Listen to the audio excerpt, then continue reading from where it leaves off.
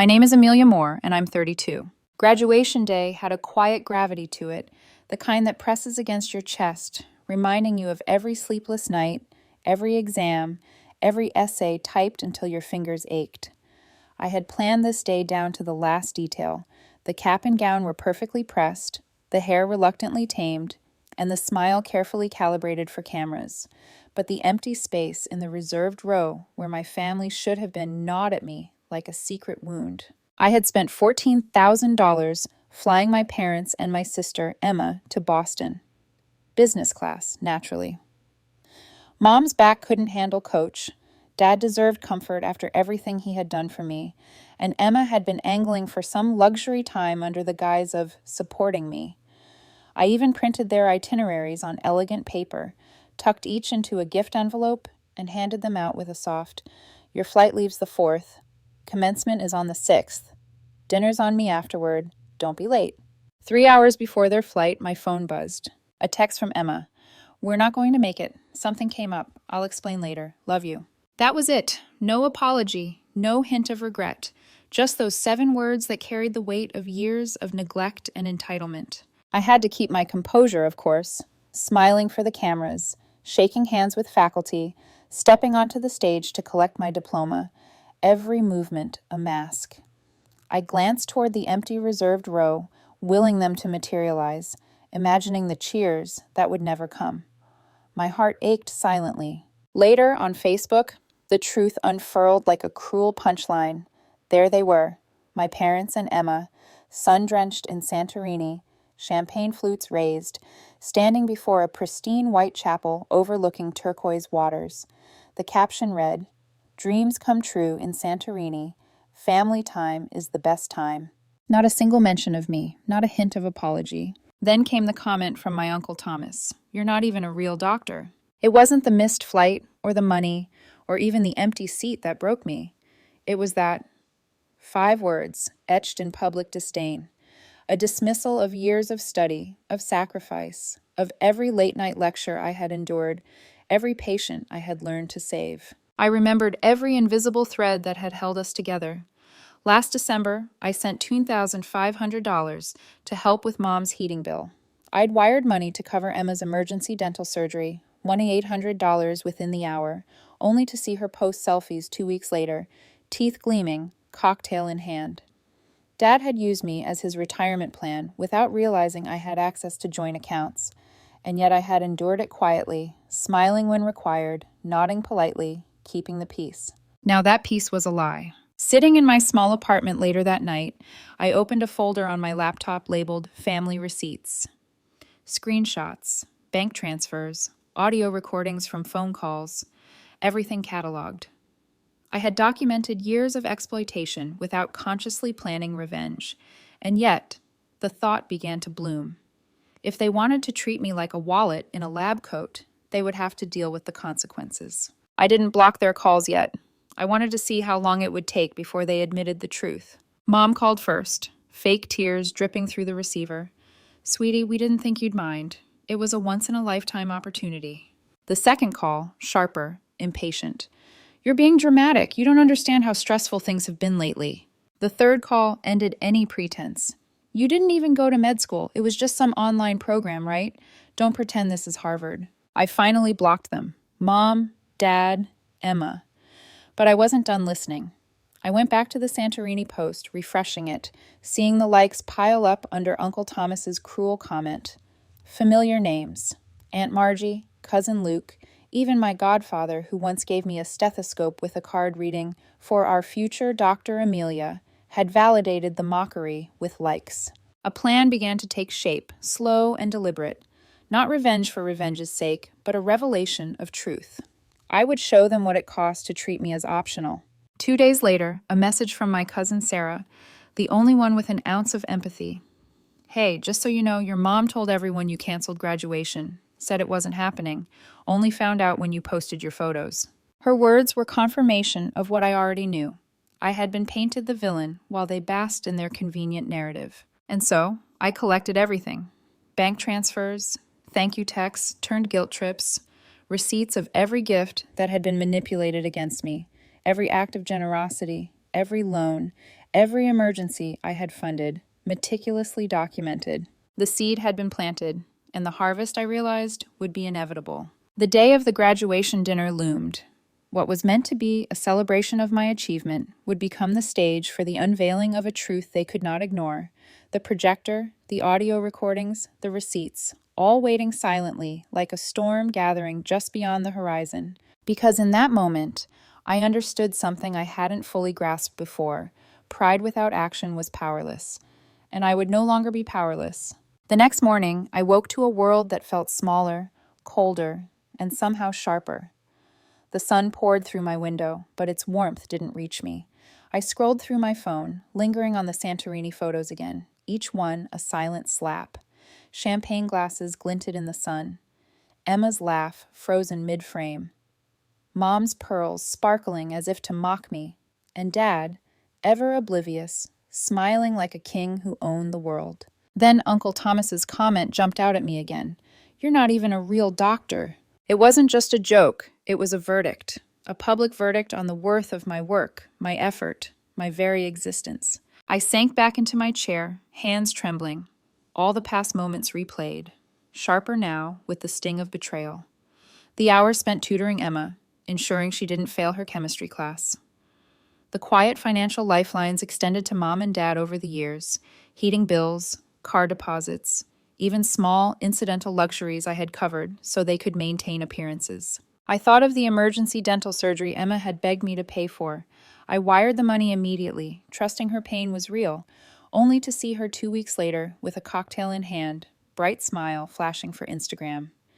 Each transaction, each sacrifice, each act of faith was now a weapon in their hands, evidence, in their minds, that they could take, use, and discard me. And I had proof. Digging through my old laptop, I found it, a folder labeled Grad 2024. I had recorded calls, innocuous at the time, meant only to track my study sessions. But now the recordings were jewels in a crown of clarity. One file, dated March 3rd, the very day I purchased their tickets, captured everything. Mom's voice, clipped but hesitant. "Sweetie, that's a lot. Are you sure you want to spend this much?" Dad's laughter edging his words. "Let the girl do it. She's got doctor money now, right?" Emma's sharp and mocking. "Well, if she's really a doctor. Not like one of those online programs, though." Laughter. Their laughter. That casual, dismissive laughter that had hollowed my stomach for years. I sat in the quiet apartment listening to it again, and it hit me. I was never valued, only used. And that's when something shifted. Not rage, not vengeance. A cold, steady clarity. I realized I wasn't just a victim of neglect. I had been invisible in their world, a placeholder for convenience, and now they would be forced to see me, truly see me, on my terms. I began cataloging everything, piece by piece. Bank transfers, each emergency payment, loan, and gift neatly logged. Screenshots of texts, those guilt-laden thank yous turned manipulations. Audio recordings, the evidence of their casual cruelty, played and replayed. Social media posts, the photos, the captions, the lies they had curated for the world. It was meticulous work, but necessary. Every detail counted. Each piece of proof became a brick in a wall that would shield me and eventually expose them. I didn't respond immediately to messages from Sarah or anyone else attempting to console me. Their attempts at sympathy felt shallow, irrelevant. What mattered was the truth, cold and undeniable. They had chosen their fantasy over my reality. And then the thought came, sharp and unyielding. They will not get to define me anymore. I pictured the graduation dinner I had booked weeks in advance. A private room, perfect lighting, custom menu. They had assumed it was canceled. They had assumed I would quietly endure the humiliation. But they were wrong. The projector would light up the room with their actions. Screenshots, audio clips, receipts, all displayed, all undeniable. Every lie, every false emergency, every calculated manipulation would unfold before their eyes.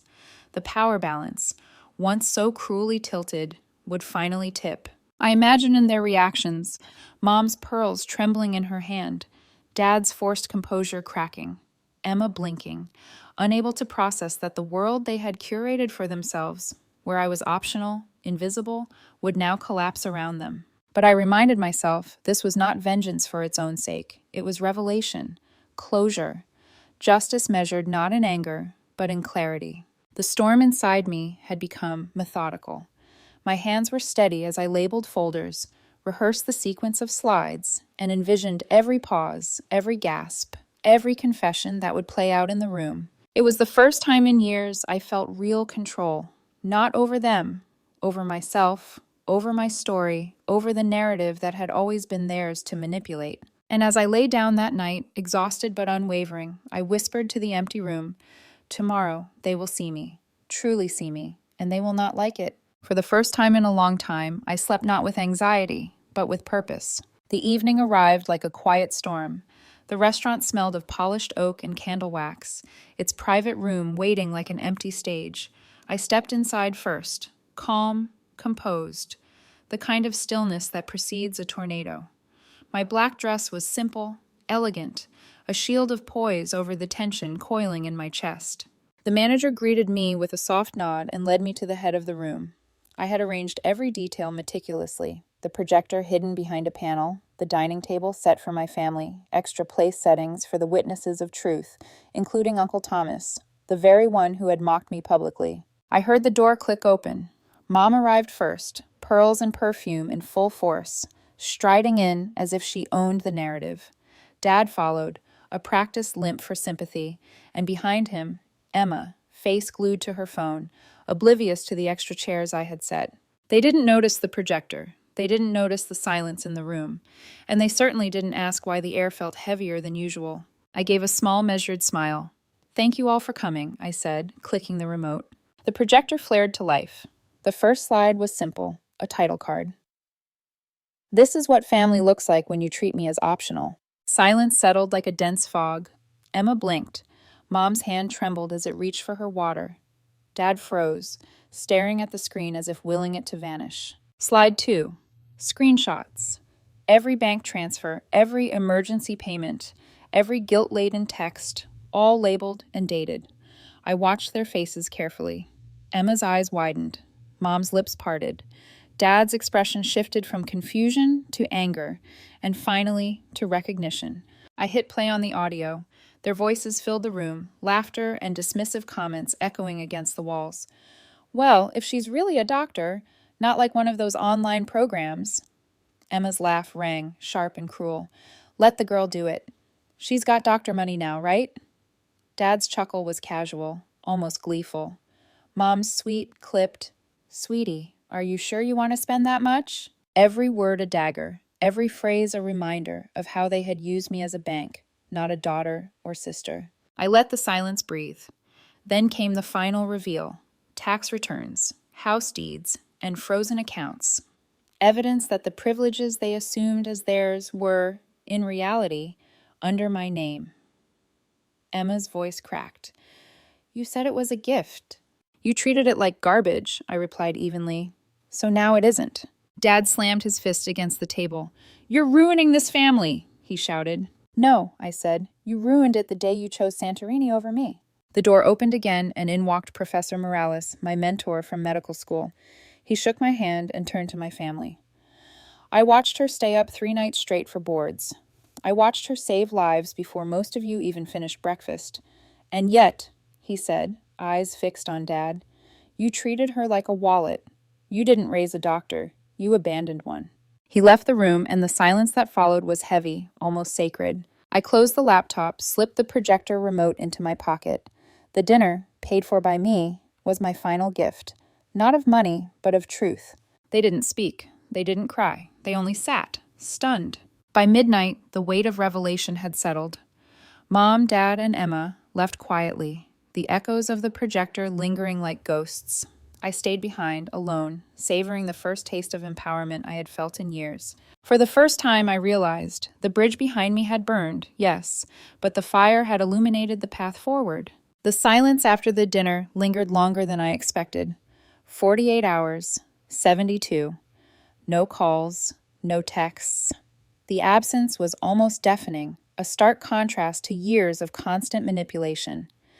Then, inevitably, my family struck back, not with apologies, not with regret, but with stories, spins, and curated narratives designed to paint me as the villain. Mom posted a 6-paragraph Facebook status, black and white photo from high school, dripping with feigned heartbreak. He used to be such a kind boy. We raised him with love, but money changes people. It blinds them. My heart breaks for our broken family. Emma followed with a single line, "You'll regret this." I didn't scream. I didn't cry. I poured coffee, sat down, and logged into my truth folder. Screenshots, audio clips, receipts, every deception, every false emergency, every manipulated moment, all documented, all undeniable. Then came an unexpected twist. Emma launched a GoFundMe, asking strangers for $50,000 to heal our family from the trauma I supposedly caused. Donations were already climbing. Dozens of comments, sympathetic yet ignorant, flooded in. "So sorry you're going through this." Sending prayers. "Money doesn't make you better, sweetie." I didn't panic, I didn't rage, I simply replied with facts. The recordings, receipts, screenshots, carefully uploaded to a private site I created, black background, stark and simple, titled, "Since you wanted the story, here's the full one." No insults, no emotional appeals, just reality. I made my point silently, strategically. The GoFundMe was shut down within hours. Emma went private on Instagram. My family scrambled to maintain their narrative, but the truth was now immortalized. I moved on quietly but deliberately, not just to a new apartment, but a new life. A townhouse in a quiet neighborhood, under a name they didn't know, with no forwarding address. Minimalist decor, hardwood floors, a Japanese maple in the backyard, turning blood red in October. A daily reminder that growth sometimes requires patience and careful tending. No family photos, no nostalgia, just space to breathe, to heal, to exist on my own terms. Work became sacred again. I launched a medical podcast, "Real Doctor, Real Life," tagline, because some stories don't come with applause. The first episode featured nothing but my journey, my work, and subtle lessons on boundaries, resilience, and reclaiming power. I donated the first $14,000 of revenue to a scholarship fund in my grandfather's name, the only person who ever gave without expectation. Strictly no applications from family members. Months later, a birthday card arrived at my old address. No return address, cheap glossy, a single line written inside, "We miss you, Em." I smiled, walked outside, and burned it in a steel dish on my patio. Flame licked the edges hungrily, devouring the last remnants of obligation and guilt. For the first time in years, I felt unshackled. My life was mine. My achievements, real, undeniable, belonged to me alone. My family, they remained trapped in their stories, their choices, their illusions. And I was free, empowered, unbroken. Because sometimes survival requires cutting away the parts that are infected. Sometimes the only way to reclaim yourself is to set fire to everything that weighed you down. And in that fire, I found clarity, justice, and finally, peace.